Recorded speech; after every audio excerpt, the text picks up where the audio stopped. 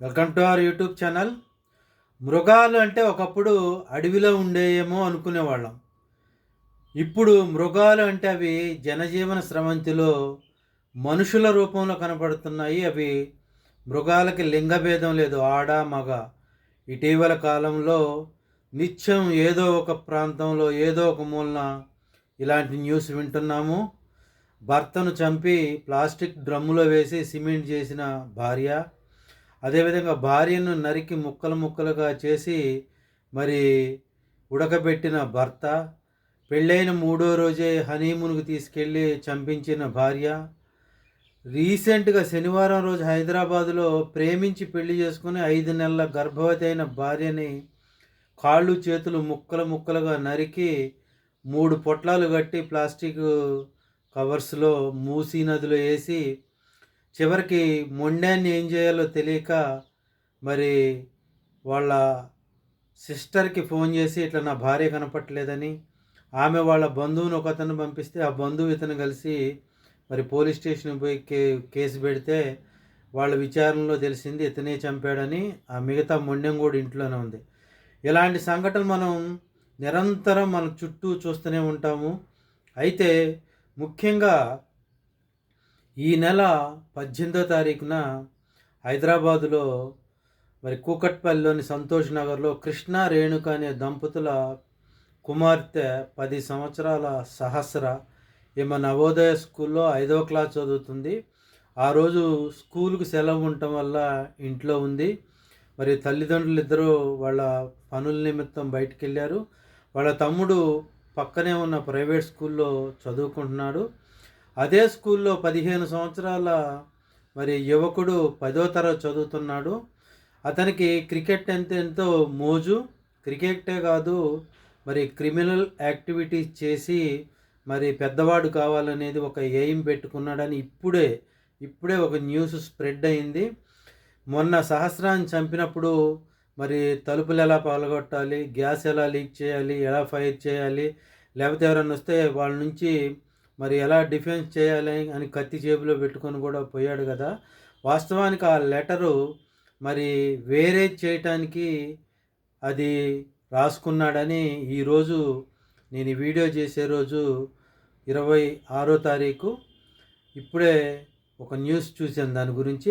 వాస్తవానికి అది సహస్రాన్ని చంపడానికి రాసిన లెటర్ కాదని, ఇతను జీవితంలో క్రైమ్స్ చేసి ఎదగాలని మరి తను 7వ క్లాస్ చదువుతున్నప్పటి నుంచి యూట్యూబ్లో ఎలా క్రైమ్ చేయాలి, ఎలా చంపాలి, అదేవిధంగా ఓటీటీ ప్లాట్ఫామ్లో మరి క్రైమ్ మూవీస్ కానివ్వండి, మరి అదేవిధంగా సిరీస్ చూడటం ఇతనికి 7th చదివేటప్పటి నుంచి అలవాటు ఉందంట. అయితే వాస్తవానికి సహస్ర చనిపోవటానికి కొద్ది రోజుల ముందు అతను సహస్ర పుట్టినరోజుకు కూడా వెళ్ళాడు. అయితే వెళ్ళి ఆ ఇండ్లు మొత్తం కూడా ఒక కన్నేశాడు. ఆ ఇంట్లో మరి ఖరీదైన క్రికెట్ కిట్ ఉంది. అది సహస్ర తమ్ముడు ప్లస్ ఈ అబ్బాయి ఎవరైతే సహస్రం చంపాడో అతను ఒకే స్కూలు. ఎన్నోసార్లు బ్యాట్ అడిగితే సహస్ర తమ్ముడు ఇవ్వలేదు. ఎలాగైనా ఆ బ్యాటును దొంగలించాలని ఆ రోజు పుట్టినరోజు కేక్ కట్ చేసి మరి పిల్లలందరిని పిలిచినప్పుడు ఇతను కూడా సహస్ర కేక్ తినిపించాడు. అక్కడే మరి కిడ్డీ బ్యాంక్ కూడా ఉంది. ఆ కిడ్డీ బ్యాంకును కూడా గమనించాడు. ఎట్లయినా ఇంట్లో దొంగతనం చేస్తే డబ్బులు వస్తాయి, క్రికెట్ కిట్ వస్తాయి అని చెప్పి ప్లాన్ వేసుకొని 18వ తారీఖు ఉదయం సుమారుగా 8-9 గంటల ప్రాంతంలో ఇంట్లోకి వెళ్ళాడు. వెళ్ళేసరికి అతని పని సులభమైంది. ఎందుకంటే డోర్ లాక్ చేయలేదు సహస్ర. వాస్తవంగా ఈరోజు నెలల పిల్లలను కూడా రేపులు చేశారని మనం నిత్యం వింటూనే ఉన్నాం. ఇలాంటి నేరాలు ఘోరాలు మన చుట్టూ సమాజంలో జరుగుతున్నాయి. ఒక 10 సంవత్సరాల ఆడపిల్ల ఇంట్లో ఉన్నప్పుడు కనీసం తల్లిదండ్రుల బాధ్యత కూడా ఉంటుంది. డోర్ లాక్ చేసుకొని ఇంటికి తమ్ముడు వస్తే లేకపోతే అమ్మ నాన్నలు వస్తేనే తీయండి, ఎవరైనా తెలియని వాళ్ళు వస్తే మాతోని ఫోన్ మాట్లాడించి అప్పుడే మీరు తీయండి అని చెప్పాల్సిన బాధ్యత మన తల్లిదండ్రులకు కూడా ఉంది. అదేవిధంగా ఒక 10వ తరగతి చదువుకునే పిల్లవాడు చదివే కాదు, ఇప్పుడు పిల్లలు మల్టీ టాలెంట్ ఉంటున్నారు. వాళ్ళు దేని మీద ఇంట్రెస్ట్ చూపుతున్నారో కొంతైనా మనం ప్రోత్సహించాల్సిన అవసరం ఉంటుంది. అదే క్రికెట్ బ్యాటు ఆ 15 సంవత్సరాల బాలుడు తండ్రి గిన కొనిచ్చుంటే అతను భయంతో ఒకవైపు చదువు, ఒకవైపు మా నాన్న క్రికెట్ బ్యాట్ కొనిచ్చాడు, మంచి మార్కులు రాతే నన్ను కొడతాడని భయం ఉండి చదువు మీద, క్రికెట్ మీద కాన్సంట్రేషన్ చేసేవాడు. ఇలాంటి క్రైముల మీద చేసేవాడు కాదేమో అని నా అభిప్రాయం. ఏది ఏమైనప్పటికీ ఇంట్లో ప్రవేశించిన 15 సంవత్సరాల కుర్రవాడు సహస్ర అటువైపు తిరిగి మరి టీవీ చూస్తుంది. ఇదే అదునుగా వంటగదిలో పోయి ఆల్రెడీ అతను సహస్ర పుట్టినరోజు ఆ క్రికెట్ కిట్ ఉండేది చూశాడు. ఆ క్రికెట్ కిట్ తీసుకొని మరి ఎట్లయినా డబ్బులు కూడా దొంగిలించాలన్న ఉద్దేశం ఉంది కాబట్టి దాంట్లో నుంచి మరి కిటీ బ్యాంకులో నుంచి డబ్బును దొంగిలించి వెళ్ళిపోయి ఇక డోర్ అవతలకి వెళ్ళే సమయంలో అప్పుడు సహస్ర గమనించి ఒక్క ఉదుటున వచ్చి వాడి చొక్కా బట్టి లాగి దొంగ దొంగ అని అరుస్తుంది. ఆ భయంతో వెంటనే సహస్రాన్ని నెట్టాడు. నెట్టేసరికి అక్కడే ఉన్న మంచం మీద పడిపోయింది. వెంటనే ఒక్క ఉదుటున మరి సహస్ర మీద కూర్చొని గొంతు నులిమి చంపాడు. ఒకవేళ బ్రతికితే వీడి పేరు ఎక్కడ చెప్తే వీడి మీద దొంగతనం పడి మరి బయట వీడి గురించి తెలుస్తుందని మరి అతను వెంట తెచ్చుకున్న కత్తితో సహస్ర గొంతులో పొట్టలో దగ్గర దగ్గర 20 పైన కత్తిపోట్లు పొడిచాడు. ఆమె అప్పుడే ప్రాణం విడిచింది. తర్వాత మధ్యాహ్నం వాళ్ళ తమ్ముడికి లంచ్ బాక్స్ రాలేదని స్కూల్ నుంచి పేరెంట్స్కి ఫోన్ వెళ్తే వాళ్ళ నాన్నగారు వచ్చారు.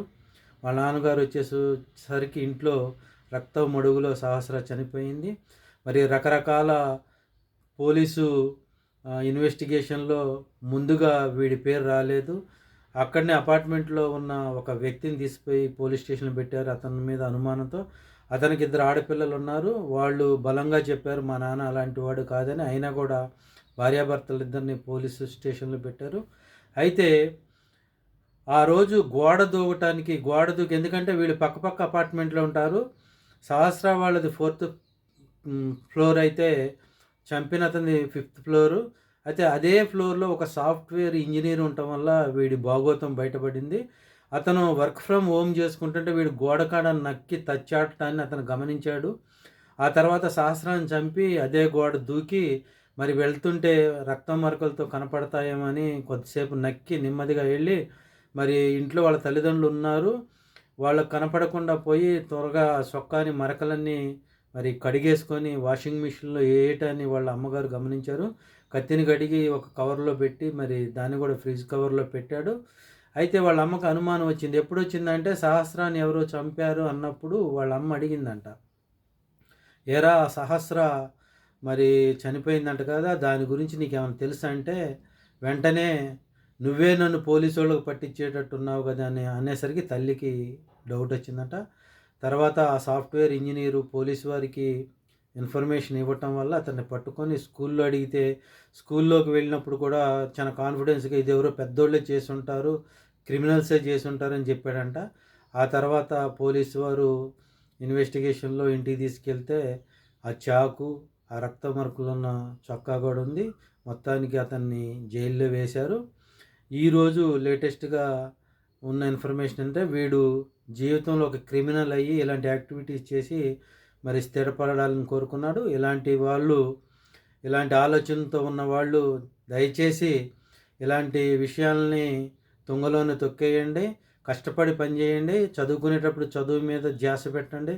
మరి అదేవిధంగా తల్లిదండ్రులు కూడా పిల్లలకి డోర్ పెట్టుకొని ఉండే విధంగా లేదంటే మెష్ డోర్లు తయారు చేయించి మరి వాళ్ళకి కొంత మనం సెక్యూరిటీ ఇవ్వాలా. పిల్లలకి చదువుతో పాటు ఏ ఫీల్డ్లో ఇంట్రెస్ట్ ఉన్నది కూడా గమనించి వాళ్ళని ప్రోత్సహిస్తే ఇలాంటి క్రైముల వైపు మరి వెళ్ళరు. ఇలాంటి విషయాలు మరి మీకు నిరంతరం అన్ని విషయాలు నేను అందిస్తుంటాను.